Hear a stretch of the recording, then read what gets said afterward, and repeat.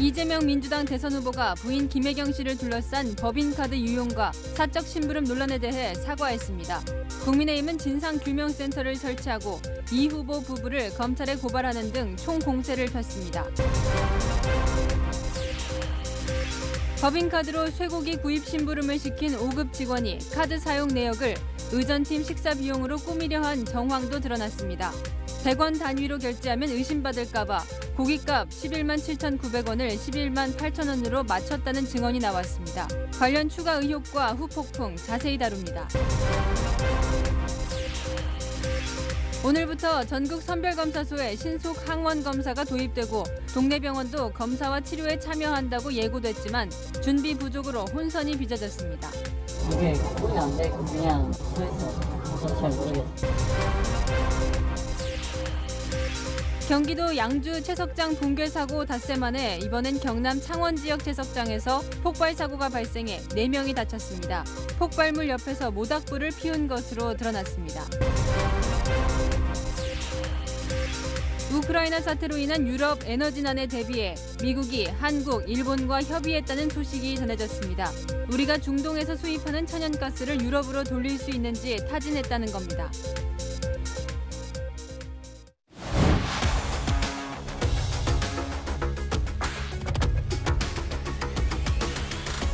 뉴스 시작합니다. 저는 동정민입니다. 이재명 민주당 대선 후보가 이 부인 김혜경 씨를 둘러싼 의혹이 불거진 지 엿새 만에 사과했습니다. 도지사 시절 공무원이 김 씨 개인 심부름을 했다는 의혹에 더해서 김 씨 밥값을 도청 법인카드, 그러니까 세금으로 결제했다는 의혹까지 불거지자 사과를 한 건데요. 내용을 들여다보면 직원의 잘못을 미리 살피지 못한 부분을 사과했습니다. 당시에 부부는 이런 일을 몰랐다는 식이죠. 잠시 후 저희가 취재한 법인카드 유용 관련한 추가 의혹도 전해드릴 텐데요. 이 감사 카드를 꺼내든 이재명 후보의 첫 반응부터 유준 기자가 보도합니다. 이재명 더불어민주당 대선 후보가 부인 김혜경 씨를 둘러싼 의혹들에 대해 사과했습니다. 그동안 아무런 언급을 하지 않다가 의혹이 불거진 지 엿새 만에 입장문을 낸 겁니다. 이 후보는 경기도청 공무원에게 사적 심부름을 시킨 의혹에 대해 경기도 재직 당시 근무하던 직원 일로 심려를 끼쳐드려 죄송하다고 사과했습니다.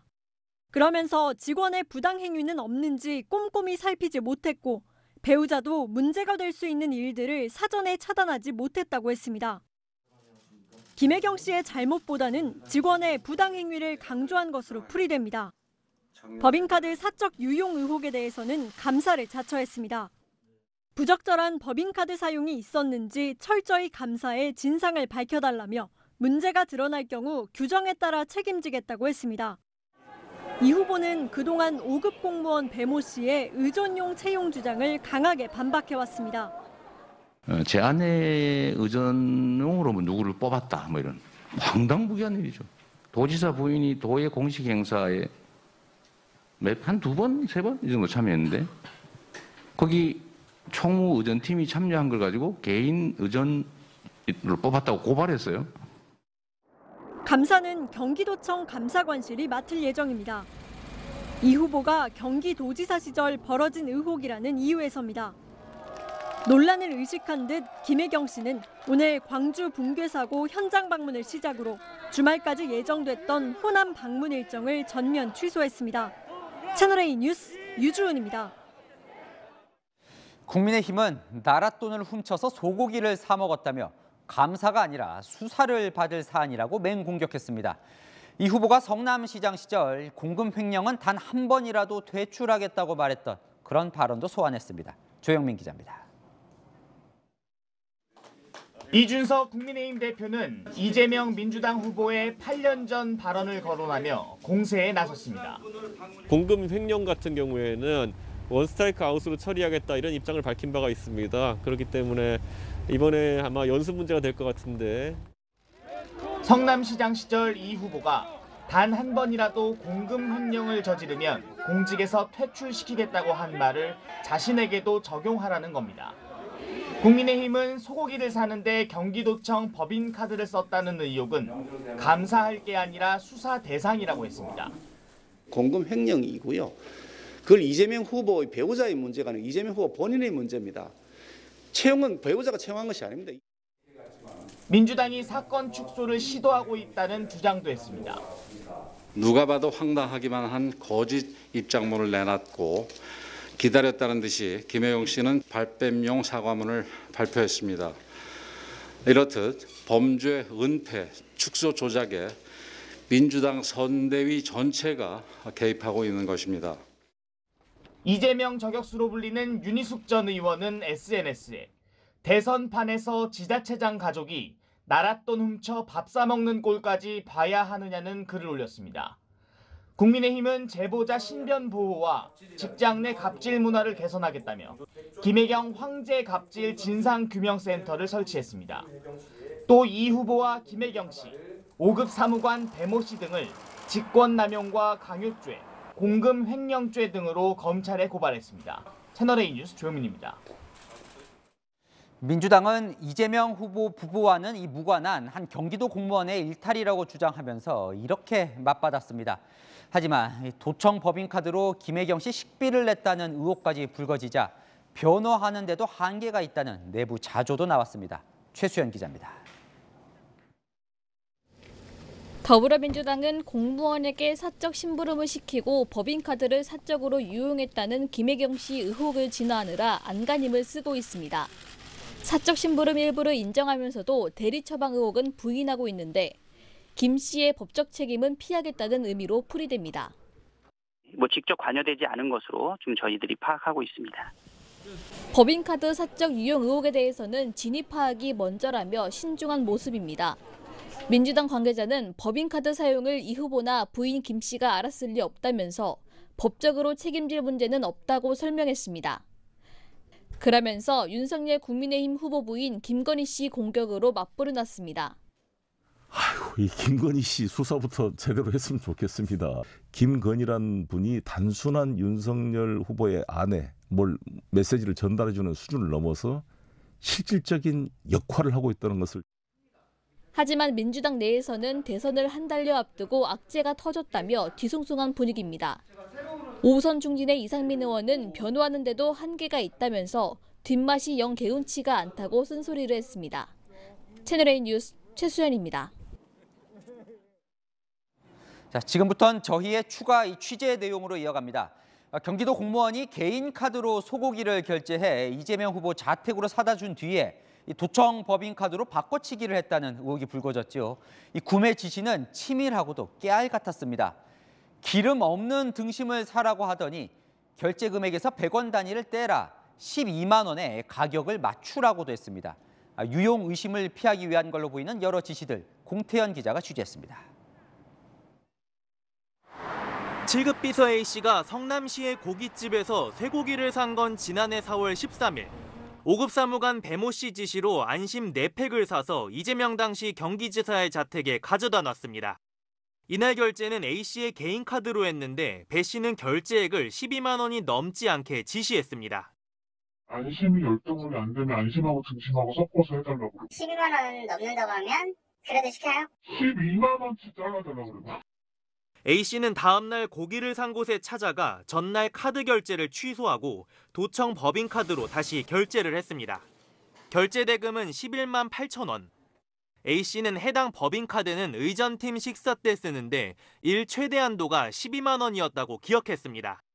고기 무게대로라면 원래 11만 7,900원만 내면 됐지만 전날 배 씨는 결제액에서 100원 단위를 없애라고 지시했습니다. 7,000원, 8,000원, 8,000원 얼마요? 여보세요? 100원짜리 단위 띄라고. 네, 알겠습니다. 결제 대금에 100원 단위가 남아있으면 식사 대금이 아닌 걸로 의심받을까 봐 1,000원 단위로 맞춘 것 아니냐는 의혹이 제기됩니다. 과거에도 비슷한 식으로 고기를 산 정황이 드러나는 대화도 있습니다. 내가 그 카드 깡했을 때 네. 그게 20만 원 넘은 적이 없어, 그 집에서. 배 씨는 고기 구매처와 카드 결제처를 달리하라는 지시가 이행되지 않자 화를 내기도 했습니다. 회사관님 오고 나서 왜 그러냐고, 여태까지 잘하다가. 저는 모르죠. 제가 안 된다고 하는 게 아니잖아요. 배 씨가 재직했던 경기도청과 성남시청의 법인카드 유용 여부에 대한 규명이 시급하다는 지적입니다. 채널A 뉴스 공태현입니다. 도청 공무원이 김혜경 씨 약을 대리 처방받았다는 의혹도 있죠. 당시 배달을 지시한 배모 전 사무관은 김혜경 씨 집에 배달한 약을 김 씨가 아니라 본인이 먹었다고 해명했는데요. 공교롭게도 2달 뒤에 김혜경 씨가 같은 약을 처방받은 것으로 확인됐습니다. 배달한 공무원은 국민 수준을 무시하는 해명이라며 황당해했습니다. 이은우 기자 보도 보시고 아는 기자와 더 깊숙이 짚어보겠습니다. 아파트 현관 소화전에 걸려있는 어두운색 쇼핑 봉투. 지난해 경기도청 7급 비서 A씨가 가져다 놓은 겁니다. 봉투 속에 든 건 여성들이 먹는 호르몬제. 경기도 청사 안에 있는 부속의원에서 처방한 약이었습니다. 경기도청 5급 사무관 배모 씨가 A씨에게 사모님 먹는 약이라며 가져다 놓으라고 한 겁니다. 이재명 대선 후보의 부인 김혜경 씨가 먹을 약을 대리 처방받은 게 아니냐는 의혹이 제기되자 어제 배 씨는 내가 복용할 약이었다는 입장을 밝혔습니다. 늦은 결혼과 임신에 대한 스트레스 때문에 복용했다고도 해명했습니다. 하지만 복수의 전문의는 이 호르몬제는 갱년기 증상 치료제로 임신을 돕는 약이 아니라고 지적했습니다. 결국 오늘 민주당 선대위는 배 씨가 임신에 성공하지 못해 스트레스가 심했고 폐경 증세를 보여서 임신을 포기하고 약을 복용했다는 추가 해명을 내놨습니다. 아직 해명이 안 된 의혹도 있습니다. 경기도청 부속의원에서 이 약을 처방한 지 2달 뒤 김혜경 씨도 분당 서울대병원에 직접 방문해 똑같은 약 6개월치를 처방받았던 겁니다. A씨는 배 씨의 해명에 대해 황당하단 반응입니다. 약을 담을 봉투 색깔까지 골라줬던 배 씨가 이제 와서 자기 약이라고 주장하고 있다는 겁니다. A씨는 배 씨의 해명이 국민들의 상식과 수준을 무시하는 막말이라며 비판했습니다. 채널A 뉴스 이은우입니다.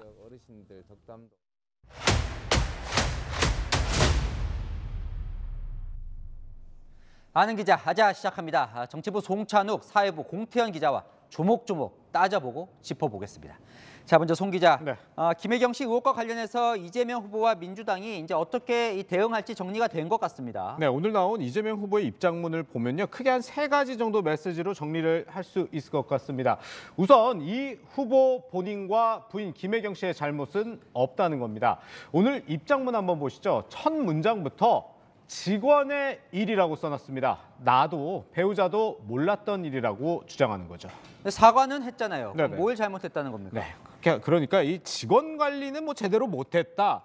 이 정도 도의적 책임은 인정한다. 이런 의미로 볼 수 있을 것 같습니다. 그래요. 자, 2번째 메시지는 뭔가요? 네, 이 김혜경 씨의 대리 처방 의혹, 자칫 법정 책임까지 질 수 있는 사안인데요. 이 의혹에 대해서는 언급조차 하지 않았습니다. 완전히 선을 그은 건데 대신 7급 공무원 A씨에게 지시한 배모 씨가 내가 복용했다고 주장하고 또 민주당 선대위 관계자들은 김 씨가 관여하지 않았다는 말을 반복하고 있을 뿐입니다. 이제 3번째 메시지는 경기도 법인카드 사적 유용 의혹에 대한 건데요. 경기도 감사관실에 감사를 청구하는 것으로 논란을 일단 스톱시키겠다, 이런 의도가 읽힙니다. 잘잘못 여부는 감사 결과를 보고 따지자, 그러니 결과가 나올 때까지는 왈가왈부하지 말자는 겁니다. 이 후보가 몸담았던 경기도의 자체 감사 결과 이 대선이 끝난 뒤에야 나올 수 있거든요. 이 셀프 감사로 시간 벌기를 하려 한다는 국민의힘의 비판, 이런 배경에서 나온 겁니다. 자, 공태현 기자, 이제 사건의 본질 속으로 좀 들어가 보지요. 자, 법인카드는요, 원래 도지사라도 개인적으로 쓸 수 없는 거죠. 네, 법인카드를 사적인 용도로 이용했다간 공금 횡령이 될 수 있는데요. 전 7급 비서 A씨에 따르면 쇠고기를 사고 결제할 때 쓴 이 카드는 경기도청 의전팀 법인카드였다고 하고요. A씨는 일단 개인 카드로 선결제를 한 뒤 다음 날 점심때쯤 찾아가 전날 결제를 취소하고 이 법인카드로 재결제를 했습니다. 구매 대금은 12만 원을 넘지 않았다는데 보통 의전팀이 식사하고 결제할 때 쓰는 카드인데 의전팀 인원수에 비례해 일최대 12만 원까지 쓰는 카드라고 기억하고 있습니다. 쇠고기를 12만 원 정도 사라고 한 이유, 법인카드의 하루 사용 최대치에 맞추려고 했을 가능성이 제기됩니다. 그러니까 보면요, 이 배 씨도 마구 쓰면 안 된다는 생각은 하고 있었던 것 같아요. 의심을 받지 않으려고 노력하는 흔적이 여기저기서 보이죠. 네, 지금까지 드러난 여러 정황들이 그런데요. 배 씨는 쇠고기 구입을 지시할 때 12만 원을 안 넘기려고 비싼 안심이 아니라 다른 부위를 섞으라고 A 비서에게 지시하기도 했습니다. 당시 통화 내용 들어보시죠. 안심하고 등심하고 섞어서 해달라고 그러고요. 가격이 근데 12만 원 넘는다고 하면 그래도 시켜요? 아니면 어떻게 할까요? 12만 원치 잘라달라고 그래요. 네, 처음에 A씨가 고깃값이 11만 7,900원이 나온다고 보고하자 100원 단위를 날려라, 절삭하라고도 지시합니다. 7,000원, 8,000원 나오고요. 얼마요? 여보세요? 100원짜리 단위 띄라고. 네, 알겠습니다. 네, 보통 식당에서 여럿이 식사를 하면 식사비 총합이 100원 단위로 나오진 않잖아요. 결제금이 100원 단위면 식사비가 아닌 걸로 나중에 의심받는 걸 피하려 했을 가능성도 제기됩니다. 그런데 이제 앞서 리포트 보니까요, 이 배 씨가 카드깡, 예전에 카드깡을 했다 이런 말도 나와요. 이건 무슨 얘기입니까? 네, A씨와 배씨의 통화를 보면요. 김혜경 씨 집에 가져다 놓을 쇠고기나 초밥을 법인카드로 구매하는 과정에서 카드깡이라고 표현이 여러 번 등장합니다. 그런데 통상 카드깡이라고 하면 물건을 산 것처럼 카드로 선결제를 하고 결제한 매장에서 일부 금액을 수수료 명목으로 떼고 나머지 금액을 현금으로 돌려받는 걸 말하는데요. 이번에 문제가 된 건 카드깡이라기보단 카드 바꿔치기거든요. 두 사람이 단순히 카드 바꿔치기를 카드깡으로 혼동한 건지 혹시라도 과거에 실제로도 카드깡을 했는지도 규명돼야 할 대목입니다. 근데 사실 이 대목이 이제 궁금한데요. 법인카드로 이렇게 쓰고 있다는 거를 김혜경 씨가 몰랐을 수도 있습니까? A씨는 김혜경 씨가 몰랐을 리 없다고 보고 있습니다. 자신만 해도 쇠고기와 초밥 등 음식을 수시로 그리고 자택으로 전달해줬는데 어떻게 모를 수 있겠느냐는 거죠. 자, 다음 또 대리약 처방 논란도 있는데요. 결국 이 대리 처방받은 약의 주인이 김혜경 씨인지 아니면 이 배 씨인지 이게 핵심인 거죠, 지금? 네, 실제로 누가 먹을 약이었는지에 따라 대리 처방 여부가 갈릴 텐데요. 지난해 2월 경기도청 부속 의원에서 환자 명의를 도청 여성 공무원으로 해 처방받은 호르몬제에 대해선 배 전 사무관은 본인이 복용했다고 해명을 했죠. 하지만 여전히 의문은 남습니다. 배 씨가 처방전을 받기 위해 다른 사람을 내세울 이유가 일단 분명치 않고요. 유명인이나 공인도 아닌 배 씨가 처방을 받을 때 자기 이름을 숨길 이유가 뭐냐는 거죠. 다른 의문이 드는 건 배 씨가 A 씨에게 이 약을 김혜경 씨 집 앞 소화전에 걸어놓으라고 지시했다는 점입니다.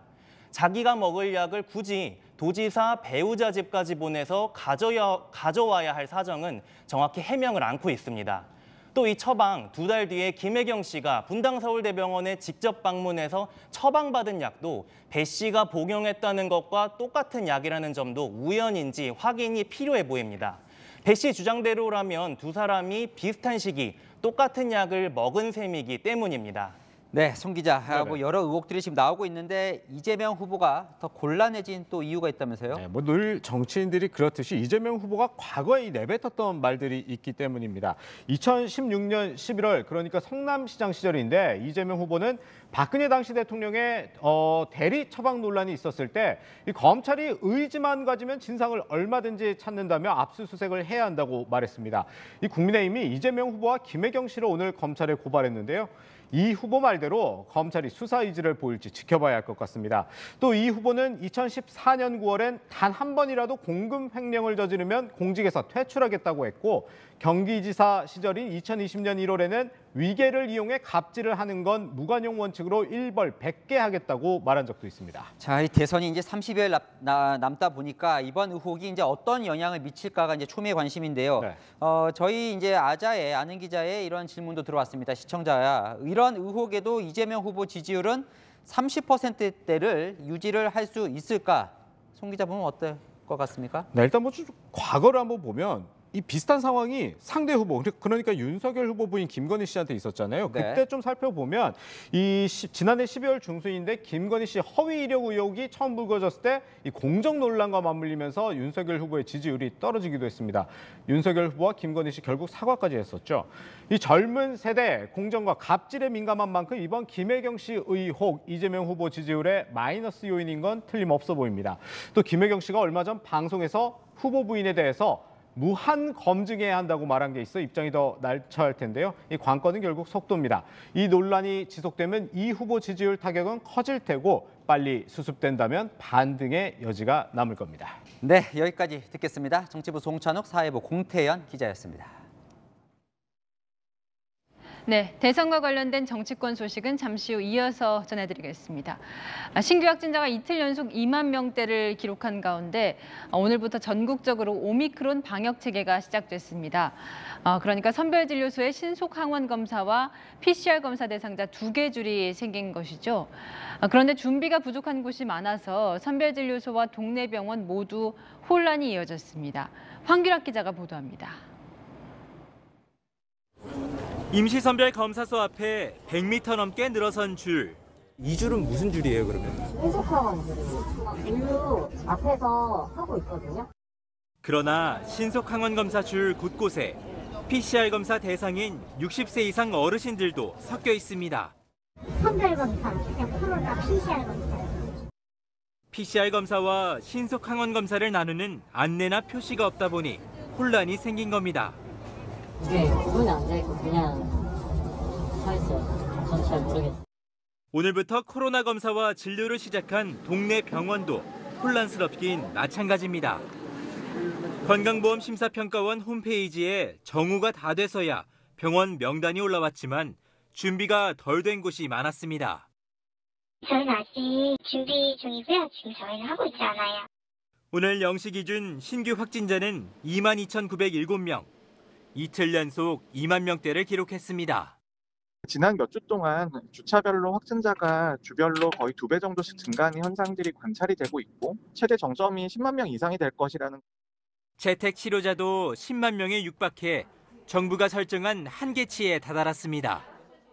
한계는 넘어갔어요. 10분의 개인 시간 없이 화장실도 막 뛰어갔다 올 정도로 환자를 계속 모니터링하고 전화통화를 하고 있는데 방역당국은 재택 요양제를 도입하는 방안을 검토 중입니다. 무증상자나 상태가 양호한 재택 치료자는 정부가 일일이 전화해 관리하지 않고 환자가 스스로 관리하게끔 하는 겁니다. 채널A 뉴스 황규락입니다.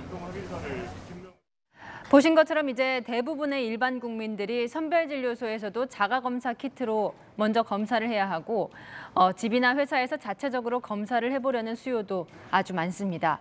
공장들이 풀가동으로 전환 중이지만 검사 키트 구하기 벌써부터 하늘의 별 따기입니다. 조현진 기자가 여러 현장을 취재했습니다.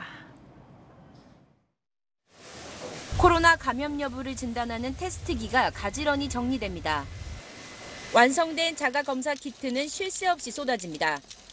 중무장한 직원들도 빠른 손놀림으로 검사 용액을 담은 용기를 검사하고 검수 장비도 완제품의 오류를 잡아냅니다. 여기서 생산되는 검사 키트는 하루 200만 개. 그래도 부족하면 수출 물량 일부를 내수용으로 돌리는 방안도 검토 중입니다. 국내 이제 수요가 굉장히 많이 늘어나서 거기에 맞춰서 슈마이스도 24시간쯤 풀로 가동 중에 있습니다. 검사 키트 생산량을 늘려도 약국에서 검사 키트를 구하는 건 하늘의 별 따기입니다. 오늘 서울 시내 약국 16곳을 돌아보니 11곳이 품절이었습니다. 정말 이 주변에 스무 살 거예요. 다들 약국에 스무 살은 거죠. 동네에서 스무 살고 지금 뭐 도로에 뜬 게 있는데 전국에 있는 사람들이 다 주문하다 보니까 쏘아질 정도에 계속 헷갈리고. 도매상에 물어봐도 뾰족한 답은 안 나옵니다. 그럼 언제 들어오냐니까 모르는데 도매상도 모르죠. 정부는 내일까지 자가검사 키트 466만 명분을 추가로 공급할 예정이며 물량 부족 사태는 없을 것이라고 밝혔지만 현장에선 아우성이 이어지고 있습니다. 채널A 뉴스 조현진입니다. 이렇게 자가검사 키트의 활용도가 확 높아지며 낮은 정확도는 더 우려됩니다. 특히 자가검사로 음성인 줄 알았지만 실제로는 양성인 환자는 본인도 방역당국도 모르게 숨은 전파자가 될 수밖에 없습니다. 김혜지 기자입니다. A씨는 기침과 고열 증세로 자가검사 키트를 이용해 코로나 검사를 했습니다. 결과는 음성. 하지만 증상은 사라지지 않았고 이틀 뒤 PCR 검사를 했더니 확진 판정이 나왔습니다. 빨리 확진이 떠야 뭔가 조치를 취할 수 있는데 음성으로 뜨는데 뭐 기침나고 증상나고 이러니까 오히려 더 불안하죠.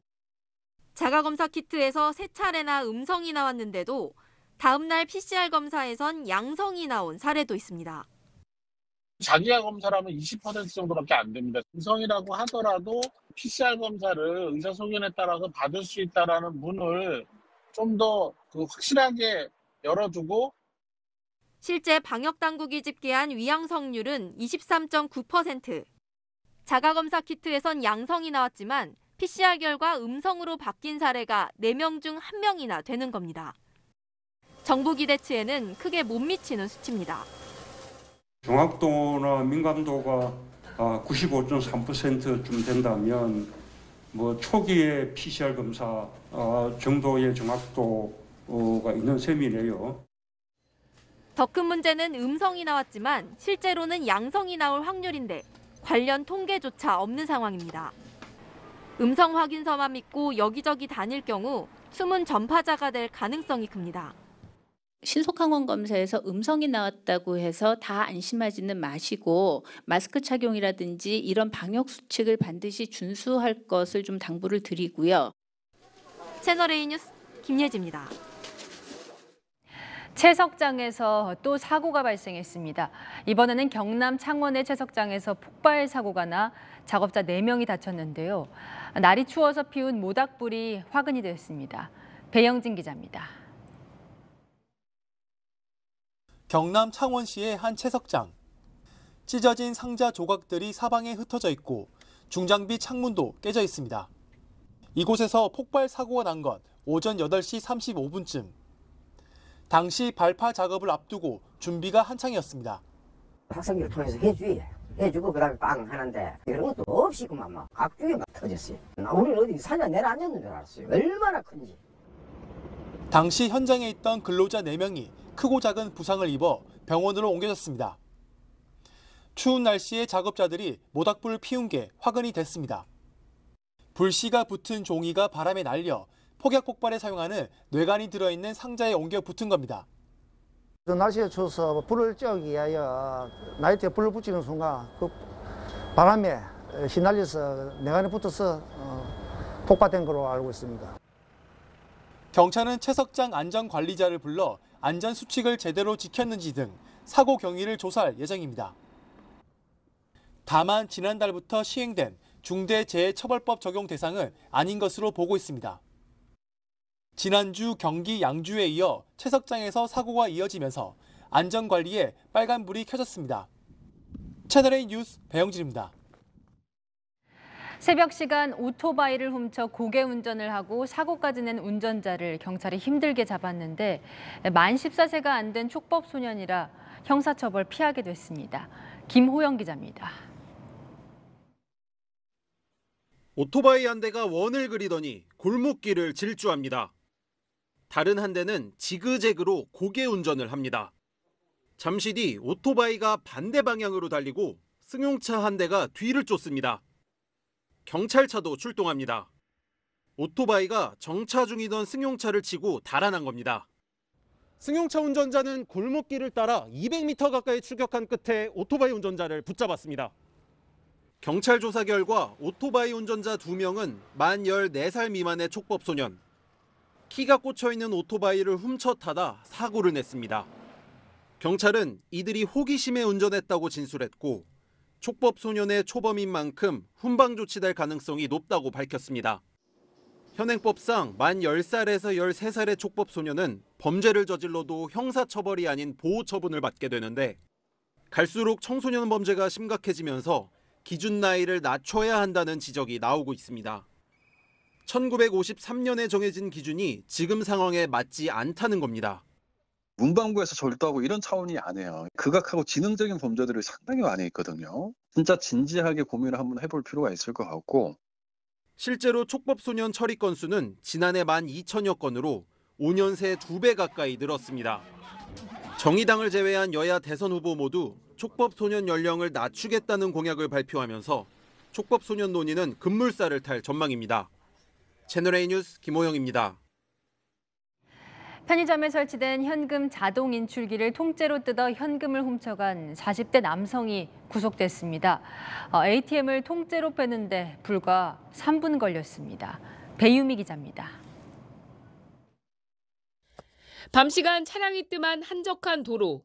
승합차가 멈춰서더니 운전자가 내려 주위를 살핍니다. 다시 차를 타고 자리를 뜨는가 싶더니 얼마 안 돼 긴 쇠막대를 들고 돌아옵니다. 막대를 벽 쪽에 쑤셔넣고 힘을 쓰는 운전자. 차량 트렁크를 열고는 자기 몸보다 큰 상자를 싣고 유유히 빠져나갑니다. 지난달 28일 40대 남성이 현금 자동인출기를 통째로 훔쳐가는 모습입니다. 지렛대를 이용해 현금 인출기를 뜯어가는데 불과 3분밖에 걸리지 않았습니다. ATM기는 이처럼 편의점 밖에 설치돼 있는데요. 남성은 편의점이 문을 닫은 밤 시간에 노렸습니다. 밤 되면 사람이 별로 안 다니나 봐요. 다음 날 출근한 편의점 업주가 경찰에 신고했고 경찰은 CCTV 등을 토대로 추적한 끝에 남성을 자택에서 붙잡았습니다. 남성은 경찰 조사에서 아내 수술비와 생활비 마련을 위해 범행을 저질렀다고 진술했습니다. 남성이 훔친 돈 중 대부분은 연체한 공과금 등으로 이미 빠져나갔고 남은 돈은 93만 원이 전부였습니다. 통째로 뜯어낸 현금 인출기는 집으로 가던 중 인근 저수지에 버린 것으로 조사됐습니다. 경찰은 남성을 절도와 재물 손괴 혐의로 구속했습니다. 채널A 뉴스 배유미입니다. 오늘 밤 대통령 후보 4명이 참석하는 첫 번째 TV 토론이 진행됩니다. 후보들은 특별한 일정 없이 종일 이 토론 준비에 집중했는데요. 어떤 전략을 준비 중인지 이다혜 기자가 전해드립니다. 이재명 민주당 후보의 토론 전략은 대장동이나 부인 김혜경 씨 관련 의혹은 비켜가고 정책 토론에서 승부를 보겠다는 겁니다. 준비된 대통령의 면모를 제대로 보여주겠다는 의미에서입니다.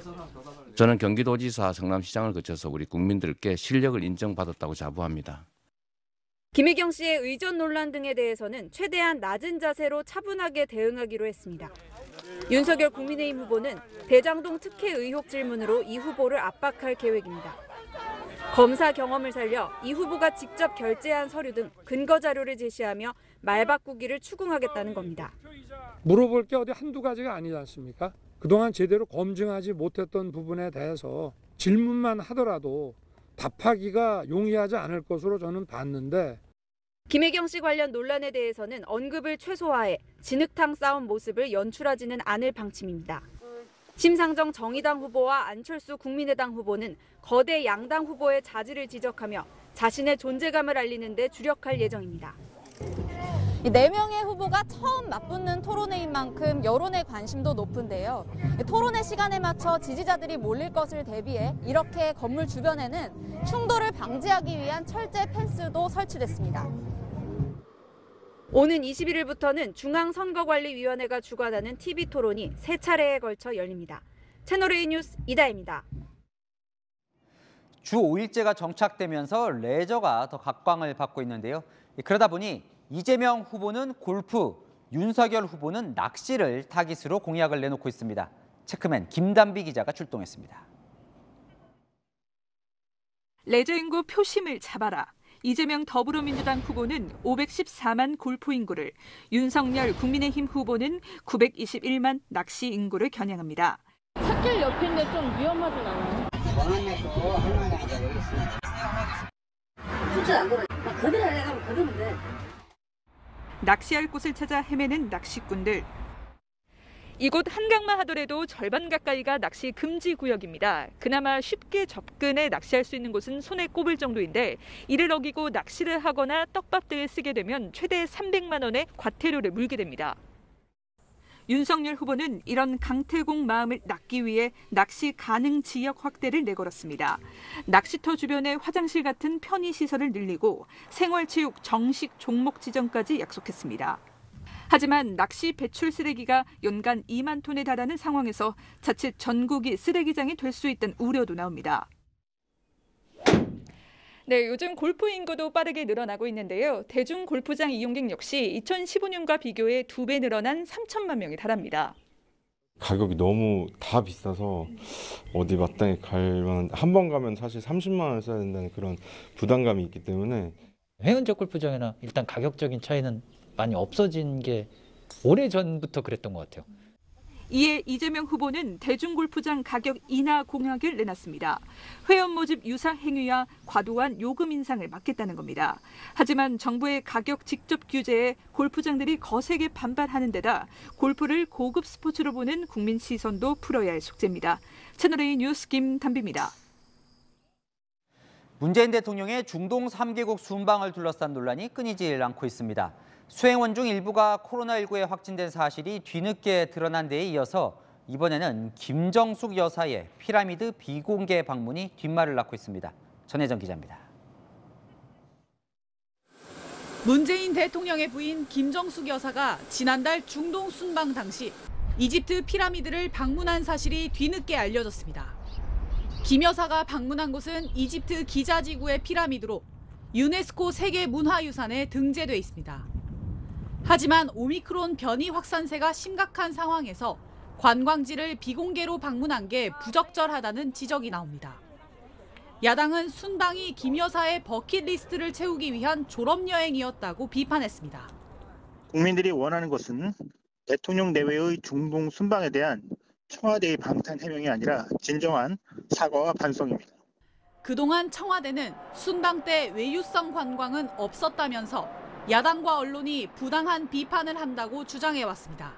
이집트 순방이 뭐 버킷리스트라는 건 아마 관광 갔다 오지 않았냐 뭐 이런 비아냥일 텐데 전혀 그럴 시간이 없고 저는 여기에 대해서 그런 비난을 하는 거는 정말 몰라서 그러는 건데 정말 걱정입니다. 논란이 커지자 청와대는 이집트 측의 요청으로 성사된 비공개 공식 외교 일정이라고 해명했습니다. 그러면서 비공개 방문 결정을 한 건 어떤 음해와 곡해가 있을지 뻔히 예상됐기 때문이라며 또다시 야당 탓을 했습니다. 앞서 청와대는 순방 수행원 일부가 코로나19 확진 판정을 받았던 사실을 숨겼다가 뒤늦게 논란이 된 바 있습니다. 순방 성과만 부각하고 정치적 공세를 피하려다 청와대가 깜깜이 순방 논란을 자초했다는 비판이 나옵니다. 채널A 뉴스 전혜정입니다. 대장동 개발 사업을 앞두고 당시 황무성 성남도시개발공사 사장이 사퇴를 압박받는 그런 녹취가 공개됐었지요. 공소시효를 앞두고 검찰이 오늘 수사 결과를 발표했습니다. 이재명 당시 성남시장을 비롯해 정진상 부실장도 모두 혐의 없음, 무혐의 처리됐습니다. 황 전 사장은 납득이 안 간다며 반발했습니다. 김민공 기자입니다. 황무성 전 성남도시개발공사 사장에게 사퇴를 압박한 혐의를 받아온 이재명 후보와 정진상 부실장, 유동규 전 성남도시개발공사 기획본부장에 대해 검찰이 불기소 처분했습니다. 지난해 12월 숨진 유한기 전 개발사업본부장은 공소권이 없어 불기소됐습니다. 유 전 본부장은 황 전 사장에게 사직서를 내라고 압박했던 인물입니다. 그러면 뭐야? 시장님 허가 받아오라고 그래. 사장님이랑 저는 뭔 빽이 있습니까? 유동규 안 주는 거 아닙니까? 그건 이미 사장님 결제 나와서 저한테 종이장에 그렇게 얘기를 했던 거고. 검찰은 유 전 본부장이 이 후보와 정 부실장과 공모해 황 전 사장의 사직을 강요했다고 볼 만한 증거가 없다고 밝혔습니다. 검찰은 황 전 사장 결제 과정에서 민간 사업자 공모 지침서가 위조됐다는 의혹에 대해서도 위조했다고 볼 만한 증거가 없다고 판단했습니다.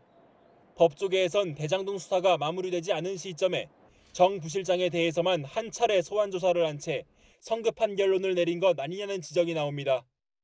황 전 사장 역시 조사도 안 하고 무혐의 처분을 한다는 게 납득이 안 간다고 말했습니다. 국민의힘은 40분 분량 녹취록에 성남시장이 4번 언급되는 등 증거가 넘친다며 검찰이 피의자들에게 면죄부를 줬다고 논평했습니다. 채널A 뉴스 김민곤입니다.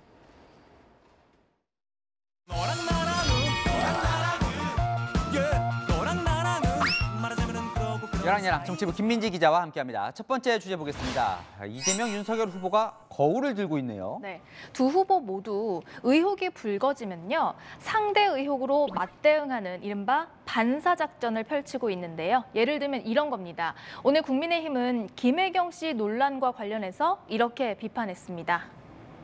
국민과 국가를 위해 봉사해야 할 공무원에게 몸종 부리듯 갑질을 했다니 김혜경 방지법이라도 나와야 할 것 같습니다. 앞서 민주당은 김건희 씨의 허위 이력 의혹을 겨냥해서 이른바 김건희 재발 방지법을 발의한 적이 있었죠.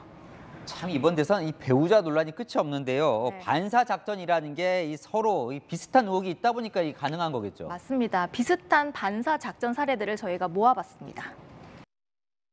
욕설을 툭하면 사용하고 내뱉는 사람이 대통령이 되겠다고 나서는 잠깐 일부만 좀 들어보겠습니다. 제가 준비된 게 좀 많으니까 자 보여주시죠. 김건희 씨 통화 녹음입니다. 내가 번호 줬잖아. 거기다 해. 내가 한동훈한테 전달하라고. 김신영 경력 조작이라는 불공정한 방식으로 경력 사다리를 이어갔습니다. 별로 반갑지도 않은 의혹을 서로 꺼내들면서 반사작전을 펼치는 정치권. 보고 있는 국민은 참 피곤합니다. 다음 주제 넘어가겠습니다. 명명백백 이재명 후보의 이 새 슬로건인데 손혜원 전 의원이 보이네요. 네, 바로 손 전 의원의 작품인데요. 분명하고 똑똑한 이재명, 청렴결백한 이재명을 알리자면서 이재 명명백백이라는 새 슬로건을 제안한 겁니다. 그러고 보면 손 전 의원이 이제 민주당 당명과 로고도 만들었었잖아요. 네. 명명백백 그러니까 이름을 이 연상시키는 사자성어를 붙인 거군요. 맞습니다. 손 전 의원이 명명백백 말고도 좋은 사자성어를 더 찾아보자고 하자 지지자들은 댓글에 명견만리, 명실상부 같은 사자성어를 붙이자면서 호응했습니다. 근데 지금 보고는 저 영상 속 명명백백은 안 좋은 뜻 같은데요. 네, 국민의힘 원희룡 정책본부장이 이재의 밝은 이재명, 횡령 명명백백이라고 비꼰 건데요. 최근 터져나온 김혜경 씨 의혹과 맞물리면서 이 새 슬로건을 역이용한 비판 댓글이 여럿 달렸습니다.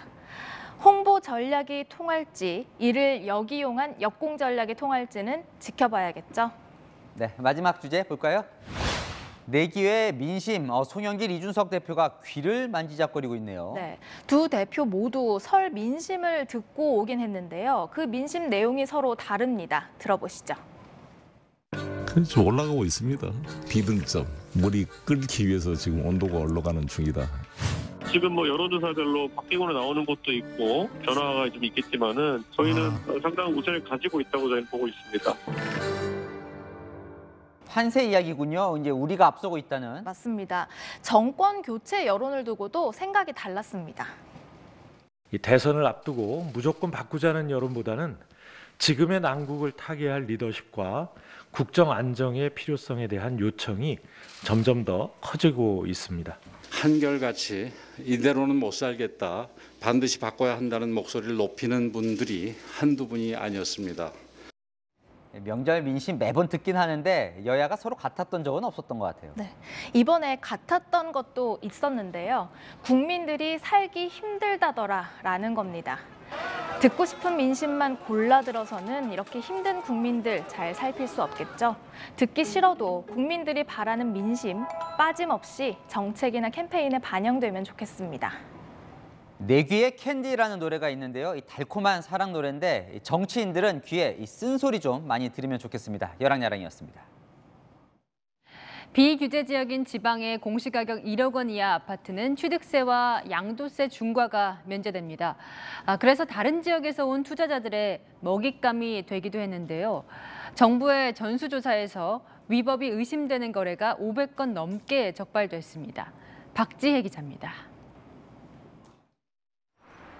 공시가격이 1억 원 아래인 충남 아산의 한 아파트입니다.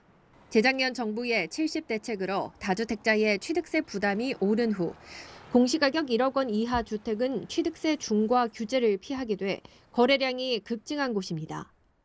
다 외국 사람들이 거의죠. 작년부터 쭉 많이 사갔죠. 지금 수폭 꺾여 있는 상태고 눈치 보기 작전 장이기 때문에 다양합니다. 외지인들의 매수가 계속되며 이곳 아파트 전용 면적 47제곱미터는 지난해 10월과 12월 1억 원 후반대에 거래되며 사상 최고가를 경신했습니다. 저가 아파트에 투기 세력이 몰리자 정부가 뒤늦게 칼을 빼들었습니다. 정부가 지난해 9월까지 15개월간 1억 원 이하 아파트 거래 8만 9천 건을 전수조사한 결과 법인과 외지인의 거래 비중은 2020년 7월 29.6%에서 지난해 8월 50% 넘게 급등했습니다. 조사 기간 내 이뤄진 단타 거래도 많았는데 이들은 평균 129일 만에 집을 되팔아 1,745만 원의 고수익을 올렸습니다. 한 법인은 저가 아파트 33채를 쓸어 담으면서 임대 보증금 외에 필요한 자기 자금은 법인 대표로부터 전액 조달하는 꼼수를 썼습니다. 정부는 천안, 아산, 부산, 경남, 창원 등에서 이 같은 위법 의심거래 570건을 적발하고 경찰청과 국세청에 통보했습니다. 투기 세력이 집값을 띄운 뒤 오른 가격에 저가 아파트를 사들인 현지 주민이 깡통 전세 같은 피해를 볼 수 있다는 우려도 나옵니다. 채널A 뉴스 박재입니다. 우크라이나 사태가 국제 에너지 대란으로 번질 조짐입니다. 미국이 대책 마련에 나섰는데 우리나라에도 불똥이 튀었습니다. 어떤 내용인지 김윤수 기자가 설명합니다. 우크라이나의 나토 가입 문제를 두고 러시아와 대치 중인 미국이 오늘 군사 대응 카드를 꺼냈습니다. 동유럽에 미군 3,000명을 추가 배치하기로 결정한 겁니다. 열흘 전 8,500명 파병 준비 지시와는 별도 계획입니다. We are moving an additional force of about approximately 2,000 troops from the United States to Europe in the next few days. 1,000 soldiers that are currently based in Germany will reposition to Romania in the coming days. 직전 푸틴 러시아 대통령이 전쟁이 벌어질 수 있다고 경고한 데 대한 맞대응인 셈입니다. 전운이 고조되면서 가장 먼저 반응한 건 에너지 시장입니다. 어제 기준 뉴욕 상업거래소의 천연가스 가격이 100만 BTU당 약 6,600원으로 전날보다 16%나 급등했습니다. 유럽 전체 수입량의 43%를 차지하는 러시아산 천연가스가 차단될 수 있다는 우려가 반영된 겁니다. 우리나라에도 불똥이 튈 전망입니다. 블룸버그 통신은 미국이 유럽의 가스 부족 사태를 막기 위해 우리나라와 일본, 중국 등 중동산 천연가스 수입국과 접촉했다고 보도했습니다. 米国や欧州各国との間で日頃より様々なやり取りをしていますが、外交上のやり取りの詳細は差し控えたいと思います。 우리 정부 관계자는 직접적인 접촉은 없었다고 선을 그었지만 겨울에 비축량이 부족해 다른 나라에 나눠줄 상황이 아니라며 난색을 표했습니다. 우크라이나 긴장 고조와 러시아의 에너지 무기화가 우리 경제에도 상당한 파급력을 미칠 것이라고 전문가들은 예측하고 있습니다. 채널A 뉴스 김윤수입니다. 네덜란드가 144년 된 건축물을 철거하기로 했는데 이유가 논란입니다. 세계 최고 부자죠. 아마존 창업자 제프 베이조스의 호화 요트가 지나가게 한다는 계획입니다. 박수유 기자입니다. 세계 최대 온라인 쇼핑몰 아마존과 우주여행 기업 블루오리진의 창업주 제프 베이조스. 4,500억 원의 슈퍼 요트를 보유한 요트 애호가인데 이번에는 5,800억 원을 들여 세계 최고 요트에 도전 중입니다. 127 meters long and it will be the largest pure sailing yacht in the world. 네덜란드 로테르담 항구에서 건조 중인 이 요트는 올여름 완공돼 바다로 나아갈 예정입니다. 그런데 높이 40m가 훌쩍 넘는 이 요트가 지나도록 144년 된 다리를 철거할 예정인 것으로 알려져 논란입니다. 로테르담시 대변인은 철거 비용은 베이조스가 부담하기로 했다며 요트 건조 작업으로 창출되는 고용에 중점을 둔 결정이라고 설명했지만 지역사회에서는 문화재 훼손이라는 비판 여론이 일고 있습니다. 1878년에 세워져 2차 세계대전 당시 나치의 폭격으로 무너졌다가 재건된 코닝스하벤 다리는 지난 1993년부터 철도 운행이 중단됐지만 시의 대표 명물로 꼽혀 보존돼 왔습니다. 채널A 뉴스 박수희입니다. 안녕하세요. 스포츠 뉴스입니다. 한국에는 밥심이라고 하죠. 올림픽 국가대표들이 익숙한 선수촌 밥맛 그대로 내일부터 하루 180인분의 도시락이 배달됩니다. 베이징에서 김태욱 기자입니다. 금방 끓인 국을 보온병에 담습니다. 김치도 빠질 수 없습니다. 과일까지 담아 도시락이 완성됩니다. 대한민국 선수단을 위해 베이징 현지에서 급식 지원센터가 마련됐습니다. 진천 선수촌의 영양사와 조리사 등 총 14명이 선수단 60명의 하루 3끼를 책임집니다. 내일부터 매일 180인분을 2주 내내 제공합니다. 갓 지은 도시락은 선수촌의 일정에 맞춰 선수촌으로 배달됩니다. 이곳이 급식 지원센터가 운영 중인 호텔입니다. 갈 수 있는 길은 이렇게 철저하게 막혀 있습니다. 통제된 상태에서 급식 지원센터가 운영 중입니다. 한국에서 공수해온 재료 외에 중국에서도 추가로 구매가 필요합니다. 위생과 안전에 더욱 신경을 쓸 수밖에 없습니다. 따뜻한 한 끼를 차려주고 싶은 부모의 마음으로 보온에 신경을 많이 썼습니다. 장자커 후 옌칭에서 경기를 하는 설상 썰매 종목 선수들에겐 간편식이 제공됩니다. 베이징 외에 시설을 갖추기 어렵고 옌칭은 75km, 장자커우는 180km 떨어져 있어 배달이 불가능하기 때문입니다. 개막을 하루 앞두고 식사 준비가 완료되면서 선수들의 사기도 높아지고 있습니다. 베이징에서 채널A 뉴스 김태욱입니다. 내일은 24절기 중 첫 번째 절기 입춘입니다. 한국 민속촌에는 한 해의 복을 기원하는 입춘첩이 붙었는데요. 봄 절기인 만큼 추위가 좀 풀리길 기대하시겠지만 입춘 추위는 꿔서라도 한다는 속담처럼 내일도 무척 춥겠습니다. 아침엔 오늘보다 2도 정도 낮아지겠고요. 낮에도 영하권에 머물겠습니다. 추위는 일요일까지도 계속되겠습니다. 쭉 따뜻하게 입으시기 바랍니다. 내일부터 모레 사이 서쪽 지역엔 눈 소식이 있습니다. 새벽에 일부 충남과 전북 지역에 오겠고요. 낮에는 구름만 잠깐 지난 뒤 밤부터는 충청과 호남 또 제주에 내리겠는데요. 특히 호남과 제주 산지에는 많은 눈이 쏟아지겠습니다. 눈비 소식이 없는 동쪽은 대기가 메말라가고 있습니다. 불이 나지 않도록 항상 조심하셔야겠습니다. 내일 아침 서울은 영하 8도, 대구는 영하 5도로 시작합니다. 한낮에 서울은 영하 1도, 대전은 2도로 종일 춥겠습니다. 날씨였습니다. 평소 도지사에게 기사와 함께 차량을 지원하고 공식 행사 때 보좌하는 그런 걸 의전이라고 하죠. 국민들 대신해서 열심히 일하라고 국민 세금으로 의전 비용을 댑니다. 도지사도 아닌 그 배우자에게 밥을 사주거나 개인 심부름하는데 의전이라며 세금이 들어갔습니다. 내 돈이 아니기에 단 한 푼도 허투루 써서는 안 되는 게 국민 세금이죠. 마침표 찍겠습니다. 세금의 무게 뉴스 마칩니다. 감사합니다.